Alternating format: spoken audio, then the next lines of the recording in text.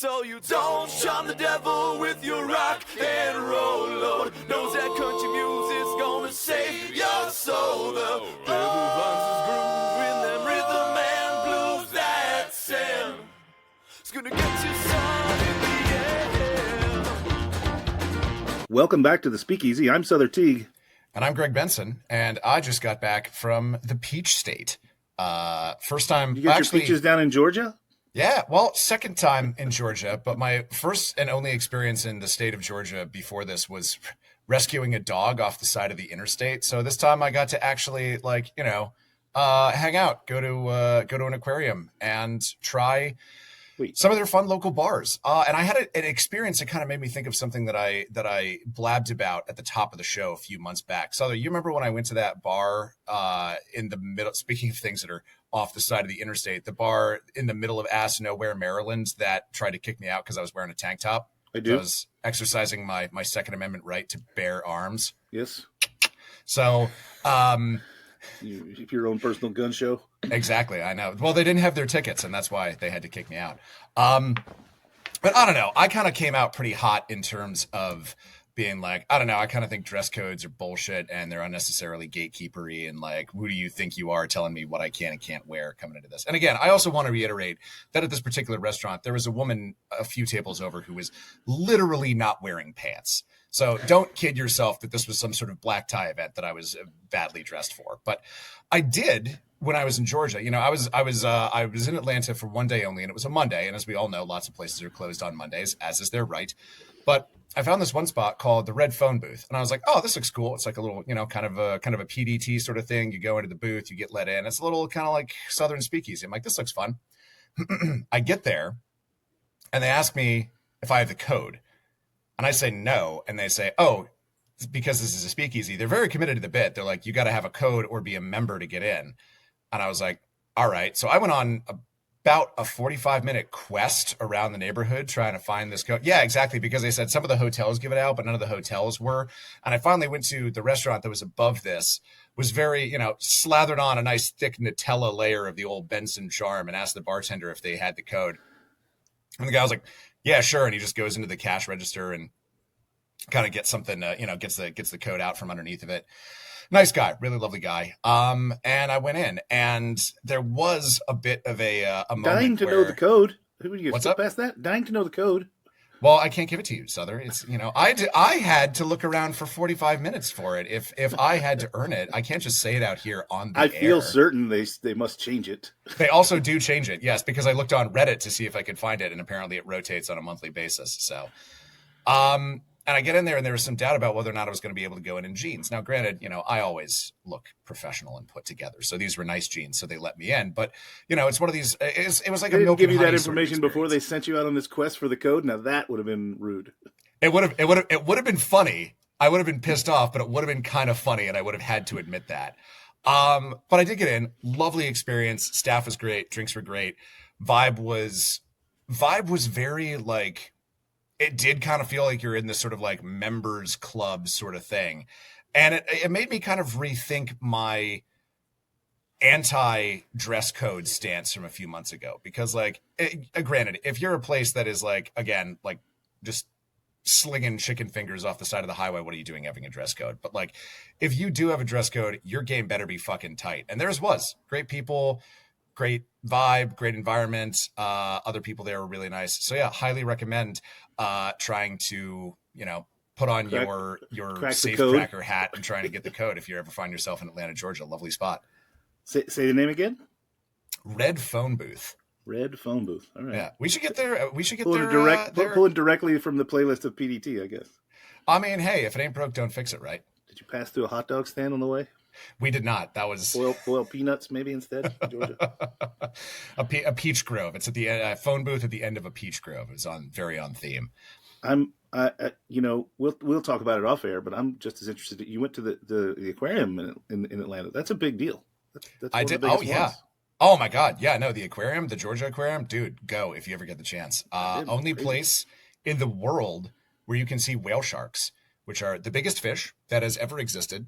They're about the size of 2 school buses, and they're just it's so wild to just see a living organism that big. Like, you think you're prepared for it, and it just is mind-blowing how enormous and peaceful these creatures are. Mm-hmm. Kind of makes you realize, wow, the ocean is a wild place, and maybe we should take better care of it. Maybe we shouldn't dump Texas-sized islands of garbage into it. Perhaps we could consider being nicer to this planet we live on, where amazing things like whale sharks and manta rays and belugas and small clawed otters and penguins are. I don't know, just a thought. But speaking of sustainability, we have someone here who is very passionate about that. In fact, when we were emailing earlier, I really enjoyed the line, "You can't deny climate change if you live in New Orleans." So live from the Crescent City, we have Christa Cotton, who is the brains behind El Guapo Bitters. Christa, thank you so much for coming on the podcast. Hi, welcome. Thank you for having me. I'm excited to be here. Excited to have you. So yeah, you are a Georgian native and distilling is in your blood. So I want to talk about that a little bit. But you are currently a New Orleanian. So what is it like being in this line of work, but also living in such a famous cocktail city? Honestly, I can't imagine living anywhere else. I feel like the culture here in every aspect is really strong, but cocktail culture specifically, there's just so many amazing places and great drinks that have their origins here. And it's just a really special place to be and create if you're in the spirits industry. I mean, I always say about New Orleans, like my first time there, and the impression that I still kind of get from it every time I'm there is I love this sense of just kind of walking around at night. And you just sort of think to yourself, why is no one stopping this? Like, it feels like the sort of thing that like some authority figure would come and be like, all right, everybody, fun's fun, but that's enough, go home. But it doesn't. It has such a wonderful and vibrant culture. So I don't know, what you're hearing in my voice is me being a little jealous that you get to be around that all the time. But I imagine it's like, happy place. Does it get old ever? No. Or no, it doesn't. Okay. No. Damn it. I think it's like Mardi Gras is like the renaissance of it all. So every year you go through that process and then you're just excited to be here again. But yes, if you're into food and music and cocktails and architecture and the great outdoors, there's no place like it. And costuming specifically, it's like incredible here. No place like it. It is a wonderful place. And you are actually, speaking of places that we have in common, you are from Georgia originally, where you grew up in a distilling family. So talk to us a little bit about your origin story there. Yeah, I did. So I grew up in South Georgia in a little town called Leesburg outside of Albany. So, really tiny, like population 2,600.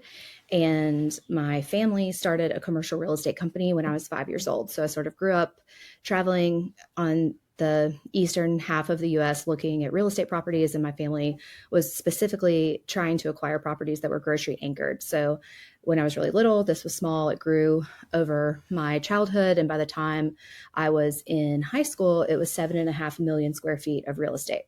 So going to college, I went to Auburn University in Alabama because it was 45 minutes from our family office in Columbus, Georgia, which is where the real estate company was headquartered. And I had spent a ton of time in New Orleans, especially in the summers while my parents were working on different real estate deals. We had acquired a lot of stuff around Louisiana and all across the Gulf South while I was growing up. And Katrina. The Gulf of America. The Gulf of America. Hey, whoa, exactly. Whoa. I don't mean to derail the conversation. Yes. Yeah, don't dead name the Gulf of Mexico, Sother. I know. I was in Mexico City recently, and I checked on my phone to see if that was real, but that's a real thing. So my parents had acquired all these properties, and it's in 10 states, but there's a lot of stuff in the Gulf South. So I started college, and 2 weeks later, Hurricane Katrina hit. And so I spent my first 2 years in college, a significant amount of time here in New Orleans, helping my family renovate a lot of properties that had been without power for weeks and months on end. It was a really disgusting job, but it made me very passionate about New Orleans and wanting to make a difference here.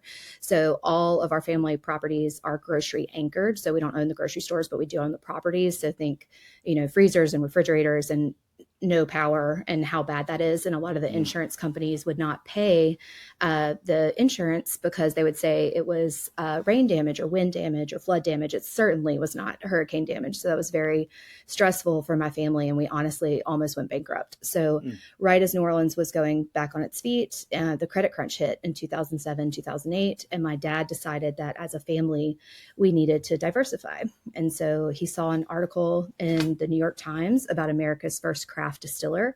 His name is Seth Fox, and he lives in Atchison, Kansas. He owns Most Wanted Vodka. And my dad said, I'm going to start a liquor distillery. And everyone said, this is a midlife crisis. So, Yeah, it is. so he got in his He was car. like, yes, and Right. So I'm 20 at the time. He gets in his car and drives to Kansas and finds this guy, and he hires him as a consultant. And I spent my last 2 years at Auburn helping my family open Georgia's first legal distillery since Prohibition. So we do have the first license, and it was a dream job for a 21-year-old. And I absolutely loved it. Seth was very helpful. And even today in my business, Seth is responsible for most of my equipment and setting up my bottling line and helping me at El Guapo grow. But that's really a relationship that started when I was 20 years old. So known him for a long time, but the family business started with vodka and gin. We started working on this in 2007. We started production in 2009. It's still a family business. It's called 13th Colony, but all of the products are branded Southern. So if you see Southern Rye or Southern Whiskey, now 70% of what is sold is actually the dark spirits, but we did start a pretty aggressive barrel program, but to begin with, it was just vodka, gin, things that are easier, faster, less expensive to make. Vodka pays the bills.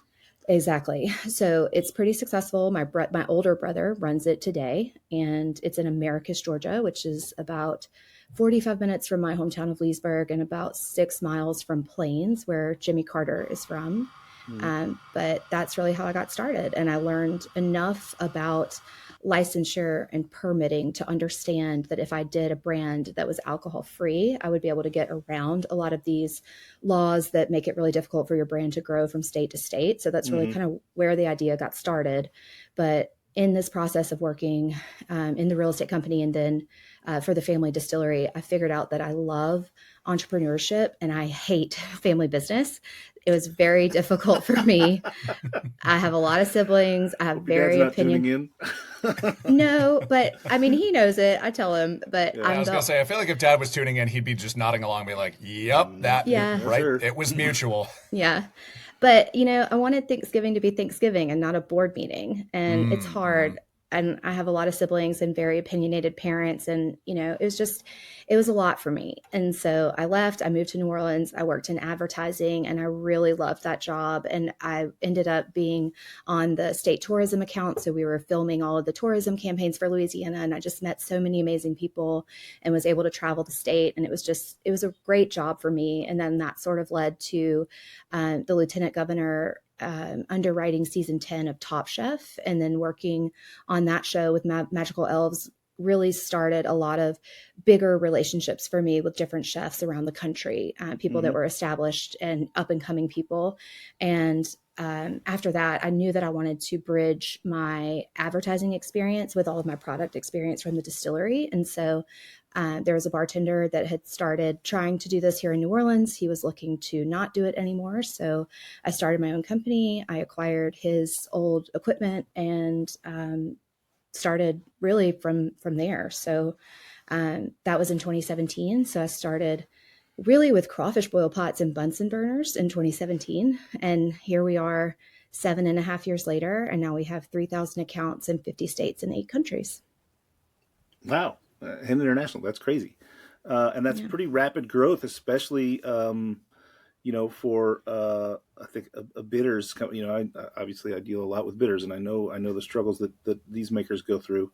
Dale DeGroff, I think, said it best when he said about his own bitters. He's like, it's a very difficult thing to sell alcohol by the drop, right? Exactly. And so you've burst in on the scene, and El Guapo is NA all across the board, right? You don't have any alcoholic products. Correct. So the bitters, it really started with crawfish bowl pots, and then it was pretty clear to me that I needed to figure out a system that used time, pressure, and heat to extract the best flavor in non-alcoholic because we weren't using grain alcohol. So Mhm. it started with that, and then we had a couple different bar clients that would specifically ask for different recipes on the syrup side. And me and my grandparents were farmers. My uncle is a farmer. I grew up in a farming community in South Georgia. So we started with experimenting with like making nut milks and creating orgeats. So for a long time, my uncle was our pecan farmer. And, it started with just things like that where I knew I could make a really great You're like trying to get out of the recipe. family business, but you keep getting drawn Right. back. Right. So, we use them as different farmers for different things that we need. But it started with the bitters, and then we sort of were dabbling in syrups, and those got to be really popular. And a lot of people figured out like the consistency was there, and it was less expensive and easier for them to buy from us than for them to have their own internal bar teams making these products day in and Mhm. day out. So we expanded on the syrups line. And then later on, I was trying to figure out how to expand different groups of customers that we could sell to. And bitters and syrups are great, but they're wonderful for B2B, and they're great for home bartenders that are really into making exquisite and complicated cocktails, but they're not great for people that just want something fast. So we started with this mixers line, and that was just before COVID. And we pitched them to Costco, and they picked it up, but then COVID hit, and I actually lost my first woman-owned business supplier diversity deal with Costco for this mixers line for toilet paper. I don't know if y'all remember the great toilet paper shortage of 2020, but Oh, yes. yeah. What a So time. What a time that was. yeah. I'm the one thing that seems to be a through line for your life story is that we were on the cusp of doing this great thing, and then this national Yeah. tragedy happened, and we had to kind of pull back. So I guess just give yourself a pat on the back for still being here and Yeah. still making these products. Thank you. Like how do you get salty about it ever, or is it just kind of like, well, Yeah. we just got to roll with this now? There's definitely hard moments for sure. And it seemed, I mean, you're right. Every time if it's going too good, I'm like, okay, what's going to happen? But every couple years it's something. The most recent one was Hurricane Ida in New Orleans. August will be 3 years since that happened, but it blew a third of the roof off of our production facility, which was Mm. super fun. The power lines for the entire city fell in the Mississippi River. So people didn't have power for 3 weeks. It was great, great time down here. But, it just, it's life experience, and it also just prepares you for the next thing. And I am a wildly optimistic person. I think when you've gone through a lot of adversity in your life, it just, it makes you able to rebound faster. And a lot of New Orleans people don't like the term resilience because it seems to always define us. But I do think it's the human spirit, and you have to be able to get up and keep going and still be marching towards your goals. And I'm a pretty happy person, but it's not always easy. And I think that my dad says entrepreneurship is a disease. I say it's a personality type, but you definitely have to be willing and able to get up and still do it, even when it's hard, because there's a lot more hard days than easy ones when this is your line of work. Yeah, 100%. And I think that's true of a lot of what we do in our field. And we all and then we have to add in the little bit on top, which is we got to do it with a smile, right? Because we're in hospitality. I was going to say, going back a little bit to something you mentioned, I want to talk or at least ask about. You said 3 words: time, pressure, heat. Talk to me about how you're using those 3 approaches, and you're making an NA product, because that's pretty fascinating to me. Like, how are you getting so much flavor out of a non-alcoholic when all of my brain wants to tell me about my career in the world of bitters is that alcohol is the solvent. Yes, of course. And a lot of people still, that's the traditional method. And a lot of people do that's how they think about it.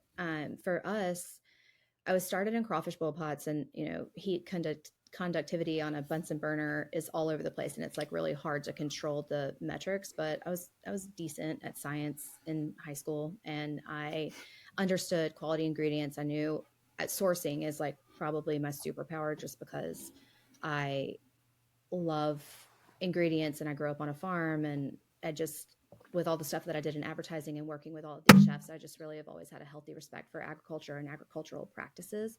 So I knew if I could find good ingredients and then find a better system or like process for making these that was more consistent than a crawfish boil pot and a Bunsen burner, that the end product would be better.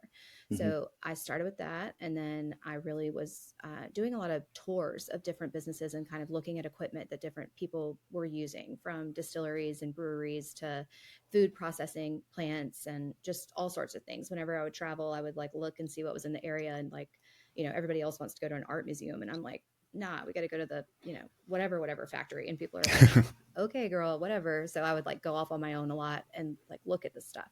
And ultimately I figured out that if I could build a brewing process, and that, like it's also circulation. So like things are constantly moving, but it is a more controlled heat source. And it really looks like a brewery, and it is a brewing process, but it's the time that things are cooking, the brewing, the constant motion of creating this, and then having very clear controls on the heat. So like what temperature things are cooking at, and then doing a really good job in the filtration makes the clarity of the products better, but it doesn't strip the flavor out of it when we're going towards bottling, was really, what I was focused on. So it took me about 2 years to get that to a process that we were happy with. And our batch sizes in the beginning were 10 gallons on bitters and 20 gallons on syrups, because those were the best sizes in crawfish boil pots with the Bunsen burners that I could figure out how to like do this and make it work. But at this point, the bitters are 50 to 75 gallons, and the syrups and mixers go up to 300 gallons per batch. So that is just like getting smarter on equipment. Also having Seth, the consultant that my dad hired way back in the day, he's been really helpful and is an engineer and has a distillery, and we can bounce ideas off of each other, and he's been able to kind of help me cobble together my dream and what I was envisioning. But it's been a 7.5-year journey of trying to get the equipment and everything dialed in to where it's pretty great, but it's taken a long time to get here. Yeah, and the products are great. We've had them intermittently at Amore Margot, both on the shelves, and I think even made some into the menu items. And they're awesome. And you just mentioned you've got your bitters and your syrups, and you're expanding the line into mixers as well as RTDs, right? Correct. So people forever have asked us about doing canned drinks, and I've always thought like, it's been so hard for me to just figure out how to bottle stuff. Why am I going to then go and can something? But when I was pregnant, I would do a lot of bitters and soda, just because, you want something that's delicious, but you don't want a Shirley Temple and something that's just like crazy amounts of juice and sugar and whatever.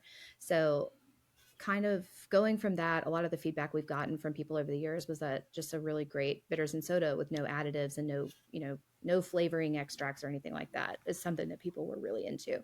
So we had a large corporate brand come to us and say, we're interested in this. Would you do a pilot and see if this is something that we could potentially purchase and use nationally? And so we said, yeah. And we really started from that. So we did a test batch, and I had no intention of putting this on shelves or in distribution. We made 4 pallets, and like a week later, we had more orders than what we could fill. So, wow. Yeah. And the RTD market is continuing to explode, right? Right. And so now we've been approached by other companies that are interested, and they're like, this is amazing, but we do CBD, we do THC. Would you do can we use this to create, something that we do? Can we do a collaboration? So it spawned other opportunities, but we are about to do our largest batch that we've ever done of the RTD canned thing. And we're still tinkering with the recipes. There's certain, I'm not 100% on the ratios yet. I think we're close, but I don't think it's exactly where I want it to land. And then we're working on third flavor as well. But the RTDs really came out of repeated requests, a brand asking us for this, and then sort of going, trying it. It was an experiment that went well. So now that's going to be a part of the everyday lineup.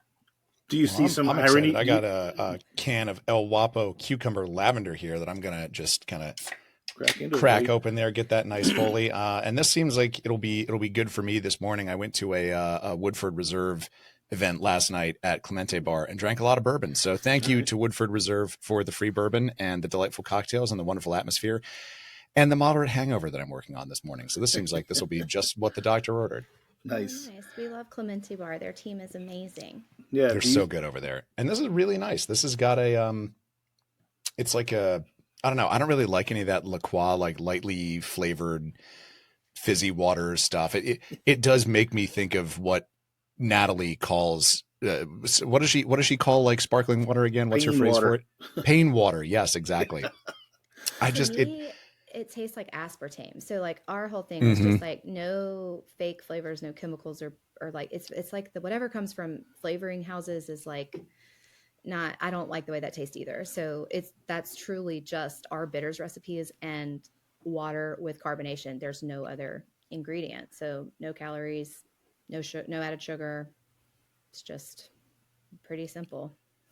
And it seems like, I mean, to me, the idea of an RTD bitters and soda is a no brainer. You know, it seems like the sort of thing. Like, yes, of course. When I heard about, you know, this new adventure that you were embarking on at El Guapo, I was like, of course, yes, obviously the world needs an RTD bitters and soda. But I think that is because that's something that we sort of, as bar professionals, are aware of and know to make if we want something that's got, like you said, that flavor, but like not a lot of calories, not a lot of booze. In your case, no booze whatsoever. But I'm really happy for you that it's been so wildly embraced by the public. But I guess I'm kind of curious, like how do you shelve this? Like how do you pitch it to the potential consumer, someone who might not be aware of what bitters and soda even is? It Hmm. sounds like it's been successful, so I'm just really curious, kind of Yeah. what that journey has been like for y'all. Well, so we this is new. So we started doing this. I think we did our first batch 3 months ago. So I mean, it started at the very beginning of the year, and so we're now it's kind of, this like project is kind of backwards because, like I said, we never had the intention of doing this and like putting it on store shelves. But now that we know that's the direction this is taking, we're designing the 4-pack boxes and doing all the stuff we would have done on the front end usually. But when we're talking about it with respect to customers and how do you sell it on a retail shelf, we're sort of going through all those exercises now of like what do we put on the box and how do we want to talk about this, because I do think the bar community understands what this is.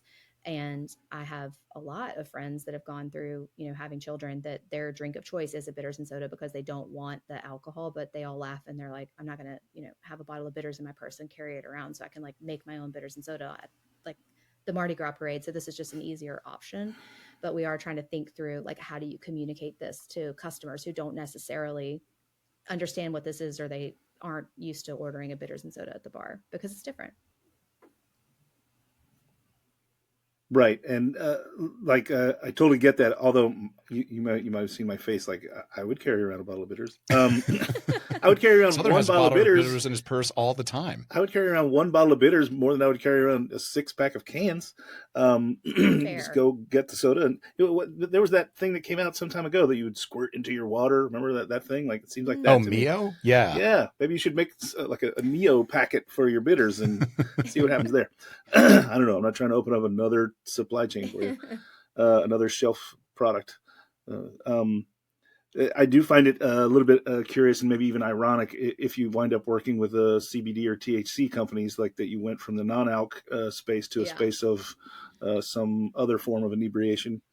Um, uh, but that's neither here nor there in this conversation. I just thought it was funny. You live down there in New Orleans. I used to live there. Everybody knows that. I talk about it all the time.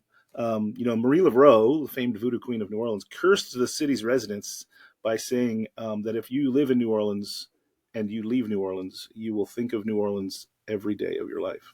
And it comes up in conversation for me nearly every single day, right? Being in the business that I'm in. Does Um, that mean you're coming back? I don't think I'll ever live there again because the town nearly killed me.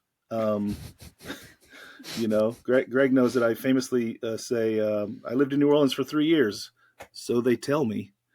Um, yeah, I loved it, but boy, oh boy, it was out to get me. But I do visit back every year, of course, for Tales of the Cocktail, and I also visit back on other occasions just to go. But living there, you certainly see with a much more clear eye and a much more sense of presence that the weather is out to get us, right? Yeah. And so you're doing everything you can do to be on the right side of that. Talk a little bit about what you're doing to make sure that El Guapo is conscientious about those things. Yeah. So with the brand, I with sustainability and recyclability, it's always been, you know, a conundrum to me. Half the time, I don't even think we are recycling. They say we are, but then they pick it up and put it in the same truck as the trash truck. Like it doesn't Mm-hmm. make any sense. And when you're talking to people on the Yep. West Coast, they're like, "How could that be?" Um, there's just all sorts of things that come up, and people don't understand how far behind we are with sustainability and basics like recycling in the South. So thinking through that, I wanted to make sure that we were using highly recyclable materials. So we only bottle in glass. That's really important to me. All of the labels are 100% recycled craft paper. So those are easily, put back into the environment. And we use black ink because it's the best for environmental reasons. So we just try to be as sustainable as possible on those fronts. And then everything is hand dipped in wax to avoid putting single-use tear tape for all of the seals in the trash can, because that just seems like such a waste to me. We make so many bottles, that's so much plastic. I would rather take the extra time and the couple of extra pennies per bottle to wax those, because it's just a natural way to seal a bottle, and it's so much better for the planet. And And it just then looks nicer too. It's just a handsome bottle when you get it. thank you. I appreciate that. So that's really the reason behind it, is it's an environmental thing. And then on the packaging side, we try to do everything with as few we try to be as plastic free as possible. Not everything is. I still haven't found a way to replace a dasher. So there's some things that we're always researching, but we just haven't been able to figure out yet. But as plastic free as possible is sort of my mantra. So we pay a lot of attention to the packaging materials too when we're shipping, so that those can be as sustainable as possible. And then a couple years ago, there was a Tulane student that had graduated with a chemical engineering degree, and she too was very frustrated about the lack of recyclability here in Louisiana. She's from Acadiana, and really wanted to tackle this problem. So she did a GoFundMe and bought a single bottle crushing machine for like one wine bottle at a time. And she advertised it to all of her friends at Tulane. And within a month, her whole backyard was glass, and she was trying to recycle glass back into sand and use it to make sandbags, really, to like protect people's homes from hurricanes as they were coming in. And that really set off a light bulb moment. And she applied for a couple of different incubator programs here in New Orleans. And she had requested, she asked a couple of people if they knew me and if they could introduce me. So from the very beginning of a company called Glass Half Full, I have been mentoring Fran, the founder. And Fran's incredible. She's, in her mid-20s. She's raised over $6.5 million. And from that, single glass crushing machine, she's diverted 6 million pounds of glass from our landfills into glass sand. And that sand is now used to restore our coastlines and still do, projects to help people protect their homes when storms are coming. But she won a $5 million grant from the National Science Foundation to prove the efficacy of her research. And she is absolutely incredible. I'm so proud of her, but I'm still very involved in Glass Half Full and trying to figure out ways to restore ecosystems and our coastlines. And that is expanding around the Gulf South. She's starting to collect glass in other cities, and we're really trying to expand on, where we are doing projects throughout the Gulf of America, if we're calling it these days. But We're not. So Glass Half Full is really cool. We're mocking that. Yeah. We're not calling it that. We're mocking Glass that. Half Full is cool. It's a cool business, and it's a lot of fun to work on that. Yeah, that's incredible. Wow, Greg, we should see about getting that person on. I would love to talk about, seriously. Again, sort of doing good while being bad, turning in your glass alcohol vessels and having them turned into sand for sandbagging and restoring the coastline. That's incredible. And it's good on you for being involved in that. And also all the other initiatives that you're taking with your company, like even all the way down to, like you said, I was shocked to hear that. I don't know, Greg and I are both colorblind, but I didn't even think that black ink was less impactful than whatever red ink. Something about the way that the dyes and different ingredients that are used to make the dyes, it's like more environmental. I mean, it makes sense. It's just something I would have simply never thought of. We need to go back to using those bugs for our red ink, man. I'm telling you. Yeah. Right. Yeah. The cochineal beetle. Well, we've looped around it a little bit. Let's target in on it a little bit more specifically. Also, I want to know, El Guapo, where did the name come from? But beyond that, like, why, beyond the business aspect of it, where you said, NA is easier to shop around to other states because every state has its own rule about how alcohol is consumed and sold. And we talk about this ad nauseum on the show, and it drives us all crazy. But other than that, what made you decide, I want to make all these products? And I guess what I'm asking is like, what made you say to yourself, this is already going to be a hard road. Why don't I make it more difficult? For the alcohol free. Yeah, Well, so we were alcohol free before it was cool to be, but honestly, it was that's what I'm saying. easier. Yeah. Yeah, I mean, I knew enough to be dangerous about distribution and how it all worked because I was the gopher girl for the distillery and I did all the research. So I kind of knew how I knew how it worked from when I was, 20. So the idea was that if I started and did all alcohol free, I could ship across state lines, I could grow it myself, I could do whatever I wanted, and it would be easier for me to grow faster without having to find a distributor, convince a distributor, grow through a distributor, give them an additional 30% because there's an extra tier, all of that stuff. So it kind of started from that. And then ironically, as we've grown, now we did close 11 new states for distribution last year because you do get to the point of where you have so many customers that it's more economical for those people to order through a distributor. So, one of my big ones from last year is Skurnik. They represent us in 8 states.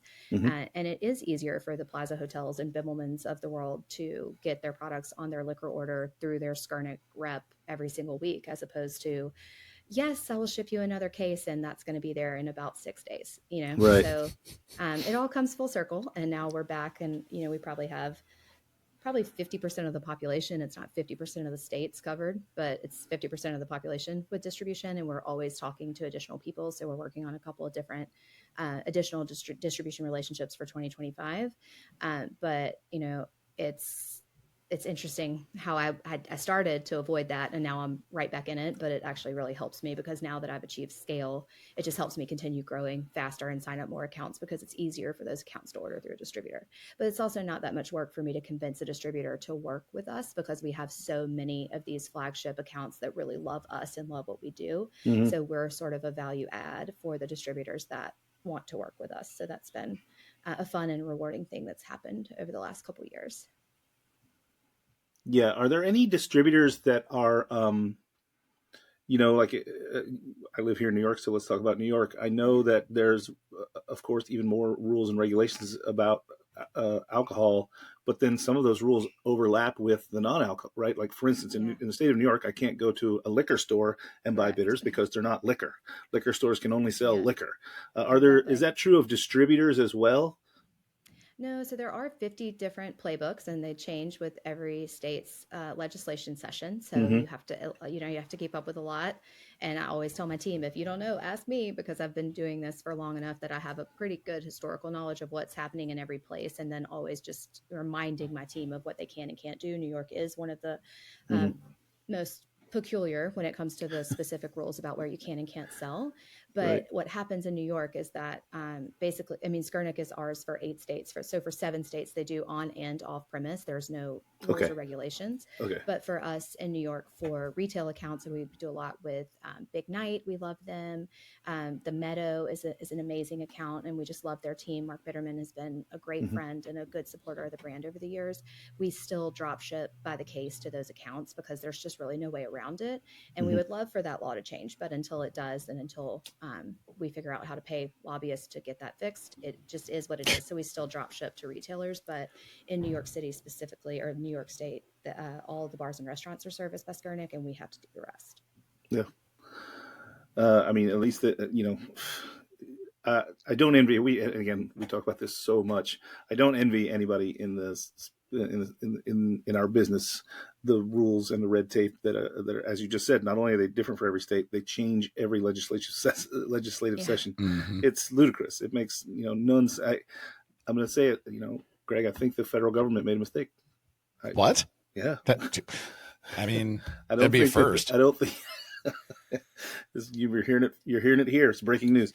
Breaking news here on the Speakeasy. I don't think that they thought it through when they said that every state, nay, every county, could make rules and regulations on how alcohol is consumed and sold. That is kind of I don't know that it's. This is just one of my kind of favorite little historical things about just our weird relationship with booze in this country. But part of me kind of respects the this whole prohibition thing has gone wrong. We just need to repeal it. But it is funny that almost 100 years ago, we're still dealing with the fact that they were this is just done and you all can sort out for yourselves what that means. Right. Yeah, not the smartest One nation, approach. 50 tiny little countries that don't really agree on a lot. Greg, how are you enjoying your soda? You cracked open the which one? Cucumber one? Cucumber The lavender? cucumber lavender. Yeah, no, and I mean, we've talked a lot about this because, RTDs are really big and NA is really, really big. And some of my favorite people working in this space are the ones that kind of acknowledge what you said earlier, Christa, which is that, there are times where we all don't want to drink, but your options at that point are kind of like water, juice, or soda, which is just, a ton of sugar and or aspartame. And there needs to be an alternative where you can, still feel like, yes, I am an adult and I'm having a beverage for grownups, but that doesn't have any alcohol in it. And this one has like a nice level of bitterness. It's lightly flavored. It's refreshing. I'm sold. I'm a fan. Thank you. I appreciate that. I'm holding in my hand. You sent us just for the listener, you sent us a box of stuff. I got a couple of sodas, I got a couple of bitters, and I got a couple of syrups here. But the one that I've got in my hand right now, sweet potato syrup. You want to talk about that one a little bit? You said off air that it was your favorite. Tell me why and tell me what's going on in here. It is one of my favorites. So that one actually started because so vegetables are rated before they're sold. So if they're just not like pretty enough or whatever, and they're not rated high enough to go on grocery store shelves, they go to the landfill. And there was a farmer that had a bunch that were about to just get trashed. And so we took those and turned those into the first batch of sweet potato syrup. So that's how it started. And then it just sort of grew from there. Now we do buy sweet potatoes. Like as the production gets bigger and bigger, I don't think it would be possible for us to go to all the farmers and be like, give us all your ugly sweet potatoes, and still make the amount that you need to make. But that too, was rooted in sustainability. How can we make something out of something that's going in the trash? And I do think it's delicious. I think it's great in an old fashioned. It makes a really good milk punch. If you're into New Orleans style cocktails, that's a great one. But we use it for all sorts of different things. I've put it in Mai Tais. I've done a million different things with that syrup. I think it's versatile. I think it's delicious. And it's just a different product. I don't know of anyone else that makes that, but it's really good. Well, yeah. And I imagine no one else makes it because it's not easy. Like I've tried to mess around, granted not on an industrial scale, but like I've tried to mess around with sweet potato syrup in the past, and it's hard to get past that kind of the getting the starchy mouthfeel out of it is a big hurdle. I want to ask about that, but I also want to ask, how ugly does a sweet potato need to be? Yeah, to be exactly. rejected? They're already pretty unattractive, right? Yeah, they're already kind of like lumpy and weird looking. Like, is there what is the line for an ugly sweet potato? I don't know the official definition. I don't make the rules, but I think it's partially, how size and are they broken? Are they, what's the quality of it? And for us, I don't care if they're ugly. I don't care if they're broken because we're going to wash them, chop them, and put them in a pot, So it's a different, it doesn't matter if they're beautiful or not beautiful by the Department of Agriculture standards. We don't care. So I don't know how they make that decision, but whatever the discards are is what made its way to us. And then from there, now we purchase because we have to, but that's how it started. All sweet potatoes are beautiful in your eyes. That's wonderful. That's right. But yeah, how do you get around that kind of, I mean, without giving away, the family secrets, like how do you get around that kind of starchiness? Because that seems like that would be a big hurdle to clear for making this something that people would love and use regularly. So some of it is done, and we have more sophisticated filtration equipment. So some of it is handled in that. I will say it's definitely not the team's favorite thing to make. It makes a mess, and it is it's something. But the equipment does make a big difference, and that's one of the things that we tell a lot of our partners, like with the orgeats, with the sweet potato syrup. They're like, we have tried to figure this out and we can't figure it out. And it's like, well, if we didn't spend all this money on equipment, we wouldn't be able to do it either. Sometimes it really is going back and forth with the food scientist and with the engineers like Seth, and saying, this is what we're trying to do. We like this, but we don't like this. Can you help us figure out how to like solve this specific problem? And the equipment is what allows us to get around some of these things. But the filtration is something that's a big deal in the sweet potato syrup, because you're right, the starch, and then even like that goopy sugar thing that comes out of the sweet potato is also an issue. And we've been able to figure out how to do that with modifications in equipment. Well, I'm excited to try. I wouldn't even thought of doing it in a milk punch, but that sounds delightful. So I'm going to try that later on. It's great. Yeah, we'll have to tinker around with these things.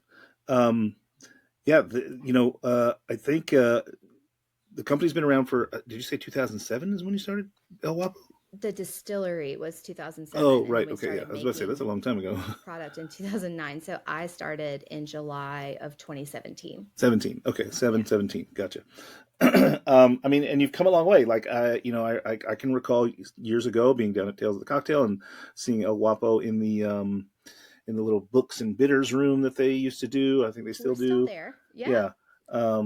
So it's, you've always been representing your city, of course, and standing up at Tales of the Cocktail and stuff like that. And now you're just out there, you're everywhere. And the success seems to be sort of streaming your way.